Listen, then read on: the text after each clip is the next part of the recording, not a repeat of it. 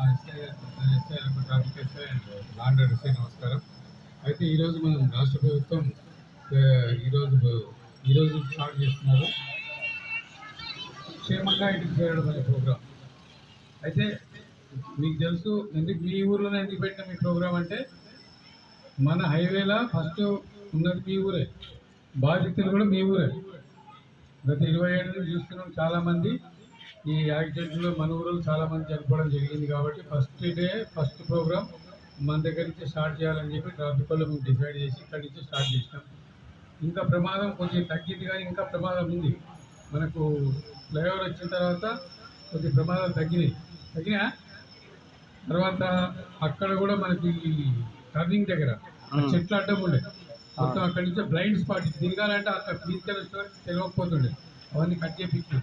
ఇప్పుడు సర్పంచ్ గారి ఇంటి ముందు లేకుండా ఇప్పుడు ఎక్కడెక్కడైతే స్పీడ్ బ్రేకర్లు అవసరమో కొద్దిగా స్పీడ్ బ్రేకర్ కూడా వాళ్ళ ద్వారా ఏర్పాటు చేసుకున్నాం. ఇక మీకు రోజు చెప్తూనే ఉంటాం హెల్మెట్ పెట్టుకోవాలి, ఇన్సూరెన్స్ తీసుకోవాలి అని.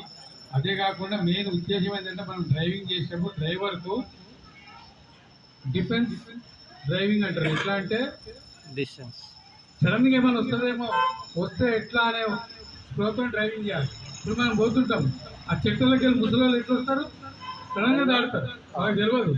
వాళ్ళకి తెలియదు కాబట్టి మన తప్పు కాదు అనవద్దు. వాళ్ళకి తెలియకుండా కూడా వస్తే ఎట్లానే మనం బ్రేక్ వేస్తే కంట్రోల్ చేసినట్టు నడుపుకుంటూ వాళ్ళ బండి నాకు నేను కరెక్టే పోతున్నా వాళ్ళే వచ్చినారంటే వాళ్ళు వచ్చినా నువ్వు వచ్చినా ప్రాణం పోతుంది, యాక్సిడెంట్ అయితే మీద అవుతుంది. అవునా?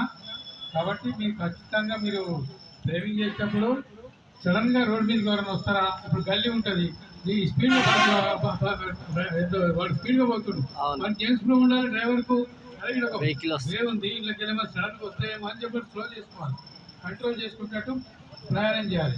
మనం కూడా ప్రయాణం చేస్తుంటాం బైక్లలో పిల్లలతో.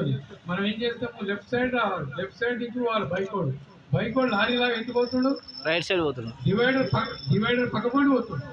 డివైడర్ పక్కపడి పోతే ఎన్ని ఎట్లా ఓవర్టేక్ చేస్తాడు, ఉండాలి. మెయిన్గా ట్రాఫిక్ సెన్స్. మనం లెఫ్ట్ పక్కకి వెళ్ళిపోతుంటే స్పీడ్ బండ్లు రైట్కి వెళ్ళిపోతుంటాయి, కానీ మనమే రైట్ ఉంటే వాడు స్పీడ్ బండి ఎట్లా పోతాడు. కాబట్టి ఆ రకంగా అవగాహన కల్పించాలి.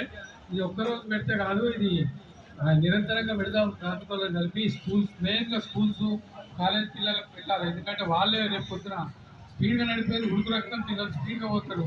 ఇంతకుముందు 100 cc బండ్లు ఉంటుండే, స్ప్లెండర్లు, CD 100లు, చెక్కట్లు. ఇప్పుడేమైపోయినాయి, 300 cc అయిపోయినాయి, 500 cc అయిపోయినాయి, బుల్లెట్లు అయిపోయినాయి.